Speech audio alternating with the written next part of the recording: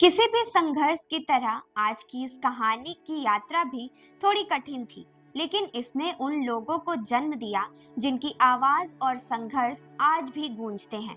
ये कहानी उन्हीं कार्यकर्ताओं की है जिन्होंने अहिंसात्मक तरीकों से अपनी आवाज उठाई और दुनिया को दिखाया कि न्याय के लिए कोई भी बलिदान बड़ा नहीं होता। नमस्कार, मैं हूं कंचन। आप देख रहे हैं हमारा खास प्रोग्राम दिन विशेष। आप देख रहे हैं जनदर्पण का खास प्रोग्राम दिन विशेष अतीत की यात्रा। कहानी की शुरुआत होती है 1955 में, जब एक साधारण घटना ने पूरे देश को हिला दिया। रोजा पार्क्स नामक एक अफ्रीकी अमेरिकी महिला ने मोंटगोमरी शहर में एक बस में अपनी सीट से उठने से मना कर दिया। उस समय श्वेत और अश्वेत लोगों के लिए अलग-अलग सीटें निर्धारित थी। रोजा के इस साहसिक कदम ने मोंटगोमरी बस बायकॉट को जन्म दिया, जिसमें हजारों अफ्रीकी अमेरिकियों ने बसों में यात्रा करने का बहिष्कार किया। ये बहिष्कार न केवल एक विरोध था, बल्कि ये एक आंदोलन की शुरुआत थी, जिसके बाद doctor Martin Luther king junior जैसे महान नेता उभर कर सामने आए। किंग ने इस आंदोलन को नेतृत्व दिया और अहिंसा के सिद्धांत को अपनाते हुए देश भर में समानता के लिए संघर्ष किया। उनका कहना था, जब तक हमारी न्याय की मांग पूरी नहीं करते, तब तक शांत नहीं बैठेंगे। मोंटगोमरी बस बायकॉट की सफलता के बाद आंदोलन ने आकार लिया। विरोध की न केवल वैधानिक लड़ाई थी, बल्कि ये एक आंतरिक और सामाजिक लड़ाई भी थी। दक्षिणी राज्य जो लंबे समय से नस्लीय भेदभाव और हिंसा के प्रतीक बने हुए थे, इस संघर्ष को चुपके से दबाने की कोशिश कर रहे थे। लेकिन काले समुदाय ने किसी भी कीमत पर हार मानने का नाम नहीं लिया। गहराई से देखें तो ये संघर्ष केवल नस्लीय भेदभाव के खिलाफ नहीं था, बल्कि ये था अपने अधिकारों को पुनः प्राप्त करने का संघर्ष।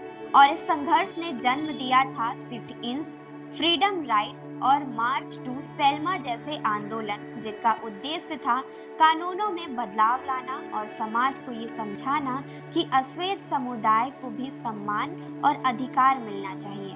1965 में सेल्मा से मोंटगोमरी तक एक ऐतिहासिक मार्च आयोजित किया गया। ये मार्च केवल एक सड़क पर चलने का नहीं, बल्कि एक बड़े बदलाव का प्रतीक बन गया।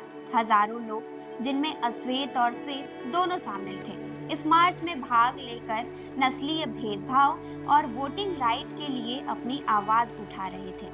इस आंदोलन के परिणाम स्वरूप 1965 में वोटिंग राइट एक्ट पास हुआ, जो अब तक के सबसे महत्वपूर्ण नागरिक अधिकारों में से एक था।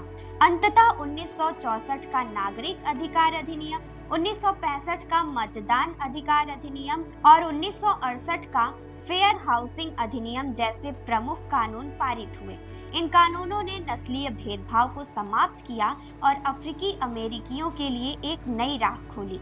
ये संघर्ष केवल कानूनी बदलावों तक सीमित नहीं था, बल्कि ये लोगों के मनोबल और समाज के दृष्टिकोण में भी बदलाव का कारण बना। ये बदलाव धीरे धीरे हर क्षेत्र में फैलने लगा, चाहे वो शिक्षा हो, राजनीति हो या फिर रोजगार के अवसर। आखिरकार नागरिक अधिकार आंदोलन के बाद अश्वेत समुदाय ने ये समझ लिया कि ये केवल उनके कानूनी अधिकारों का मुद्दा नहीं था, बल्कि ये उनका आत्मसम्मान, गर्व और अपनी पहचान को पाने का भी सवाल था।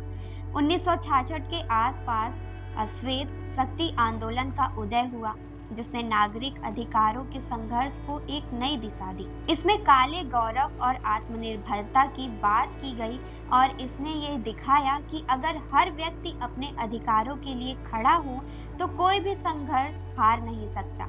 ये कहानी सिर्फ एक आंदोलन की नहीं है, बल्कि ये संघर्ष और साहस की है। ये वो समय था जब अफ्रीकी अमेरिकियों ने अहिंसा, दृढ़ता और साहस के साथ ये साबित कर दिया कि कोई भी दीवार कभी भी इतनी ऊंची नहीं हो सकती जिसे टूटने से रोका जा सके। इस आंदोलन ने न केवल अफ्रीकी अमेरिकियों के लिए, बल्कि पूरी दुनिया के लिए ये संदेश दिया कि सही के लिए संघर्ष कभी रुकना नहीं चाहिए।